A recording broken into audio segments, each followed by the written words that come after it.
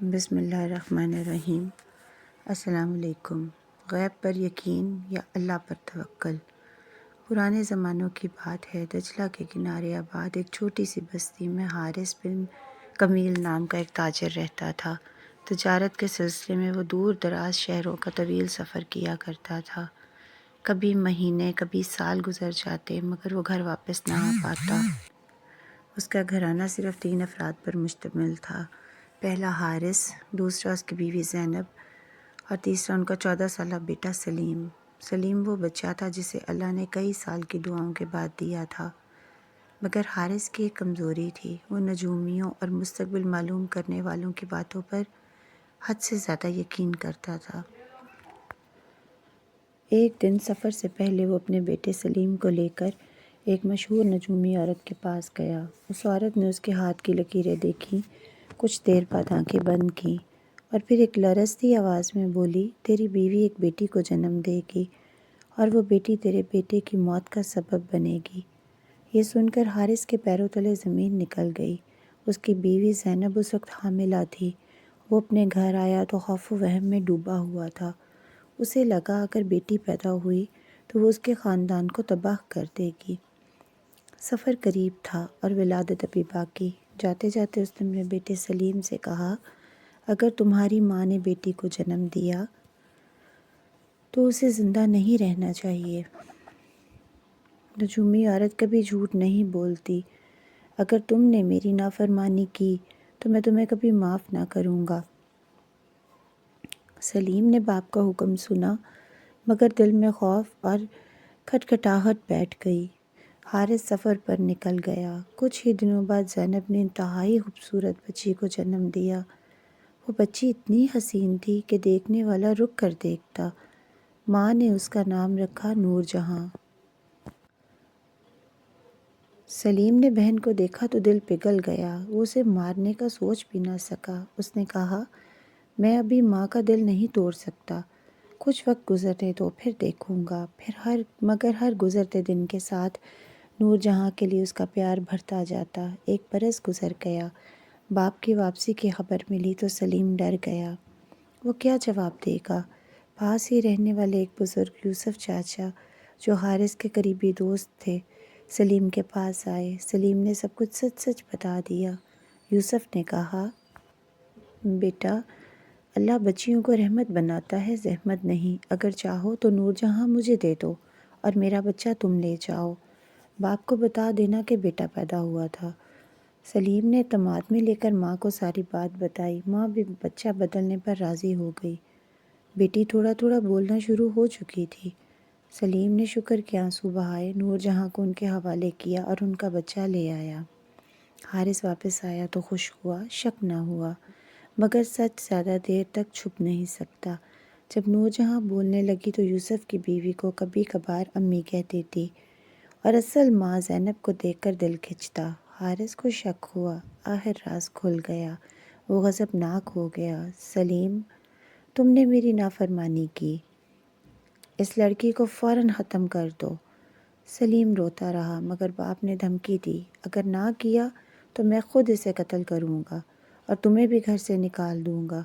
بے بس سلیم نور جہاں کو لے کر صحرا چلا گیا۔ گڑھا کھودا۔ نور جہاں ہنستی ہوئی مٹی جمع کرتی رہی کہ بھائی کھیل کھیل رہا ہے۔ جب سلیم نے اسے گھڑے میں بیٹھنے کو کہا تو وہ ہنستے ہوئے بیٹھ گئی۔ جب اوپر پتھر رکھنے لگا تو نیچے سے نور جہاں کی آواز آئی، بھائی یہاں تو اندھیرا ہو گیا، مجھے ڈر لگ رہا ہے، باہر نکالو۔ سلیم کے ہاتھ کانپنے لگے۔ اچانک چیخ ماری، پتھر ہٹائے، نور جہاں کو باہر نکالا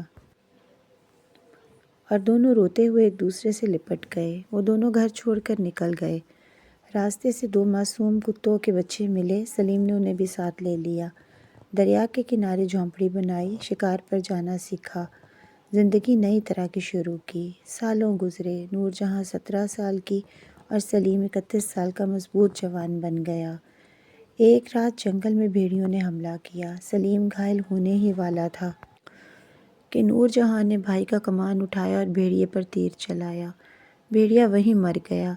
سلیم چیخ اٹھا، تجھے موت کا سبب کہا گیا تھا مگر تو نے تو میری جان بچائی۔ وہ دونوں سجدہ شکر میں گر پڑے۔ ایک دن جب نور جہاں دریا پر کپڑے دھو رہی تھی تو بادشاہ کا بیٹا شہزادہ کامران شکار کھیلتے ہوئے وہاں سے گزرا۔ اس نے نور جہاں کو دیکھا اور وہیں ٹھٹک گیا۔ اس نے دل ہی دل میں فیصلہ کر لیا، میں اسی سے نکاح کروں گا۔ اگلے دن اس کی بوڑھی خادمہ خیر النساء ایک فقیرنی کا روپ بنا کر نور جہاں کے دروازے پر آئی، کہنے لگی، شہزادہ تم سے نکاح چاہتا ہے، تم محل چلو، تمہیں رانی بنایا جائے گا۔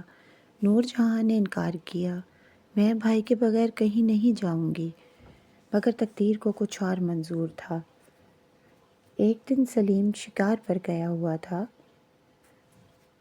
شہزادہ فوجیوں کے ساتھ آیا اور نور جہاں کو راضی کر کے محل لے گیا۔ شہزادے نے اسے عزت، کپڑے، زیور سب دیے۔ نور جہاں بھی مطمئن ہو گئی۔ سلیم گھر آیا تو بہن نہ ملی۔ نشانات پیچھا کرتے محل تک پہنچا، مگر پہرے داروں نے روک دیا۔ مایوس ہو کر وہ اپنے باپ کے پاس گیا کہ شاید وہ مدد کر سکے۔ حارث نے سلیم کو دیکھ کر پہلے خوشی کی، مگر جب نور جہاں کے بارے میں پوچھا تو سلیم نے اتنا کہا، وہ کھو گئی، شاید کسی نے اغوا کر کے بیچ دیا ہوگا۔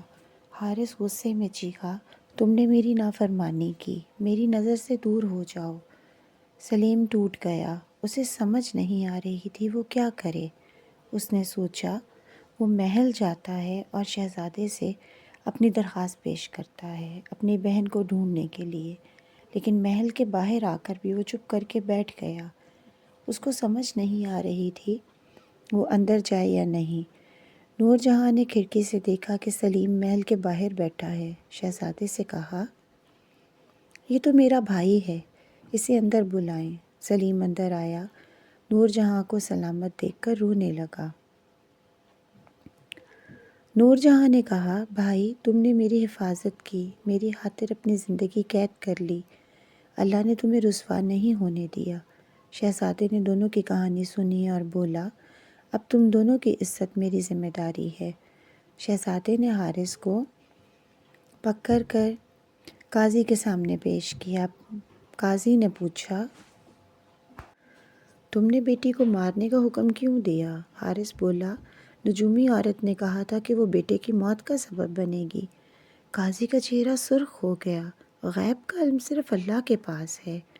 تم نے بچی کو مار ڈالنے کا حکم دے کر اللہ کی نافرمانی اور ظلم کیا ہے، تمہیں 10 سال قید کی سزا دی جاتی ہے۔ نور جہاں رو پڑی، قاضی صاحب میں اپنے باپ کو معاف کرتی ہوں، وہ گمراہ تھا، دشمن نہیں۔ شہزادہ حیران ہوا۔ قاضی نے سزا کم کی۔ نور جہاں اور سلیم اپنی ماں سے ملنے گئے۔ زینب نے دونوں کو دیکھا تو خوشی کی شدت سے بے ہوش ہو گئی۔ جب ہوش آیا تو بیماری بھی دور ہو چکی تھی۔ چند ہفتوں بعد نور جہاں اور شہزادہ کامران کا نکاح ہوا۔ محل جشن سے بھر گیا۔ سلیم کو بھی شہزادے نے دربار میں عزت کی جگہ دی۔ اس پوری داستان کا سب سے بڑا سبق، علم غیب صرف اللہ کے پاس ہے۔ نجومی، فال نکالنے والے، قسمت بتانے والے سب جھوٹ اور دھوکے کا کاروبار کرتے ہیں۔ انہی وہموں نے ایک باپ کو سفاک بنا دیا، ایک ماں کو برسوں رلاتا رکھا، 2 معصوم بچوں کو جنگلوں میں بھٹکایا، ایک خاندان کو بربادی کے دہانے پہ پہنچایا۔ مگر اللہ کی قدرت دیکھیے، جس بچی کو موت کا سبب کہا گیا وہی بھائی کی جان بچانے کا سبب بنی۔ جس فالجروں نے نحوست کہا، اللہ نے اسے عزت اور بادشاہت دی۔ انسان وہم میں ڈوبا، مگر اللہ نے عاقبت سنوار دی۔ اپنے گھر والوں پر رحم کرو، بچیاں رحمت ہیں، بوجھ نہیں۔ نجومیوں، فالگروں اور توہمات سے دور رہو۔ جو کچھ ہوتا ہے وہ اللہ کی حکمت سے ہوتا ہے، سچا توکل اللہ پر ہی رکھو۔ اگر آپ اس کہانی کے آخر تک پہنچے ہیں تو کامنٹ میں ضرور بتائیں آپ کس ملک سے یہ کہانی پڑھ رہے ہیں۔ اگر آپ کو یہ کہانی اچھی لگی ہو تو کامنٹ میں اپنی رائے کا اظہار ضرور کیجیے گا۔ اللہ پاک آپ کو ہمیشہ عزت دے، آسانیاں دے۔ اللہ پاک ہم سب کا حامی و ناصر ہو، آمین ثم آمین۔ جزاک اللہ۔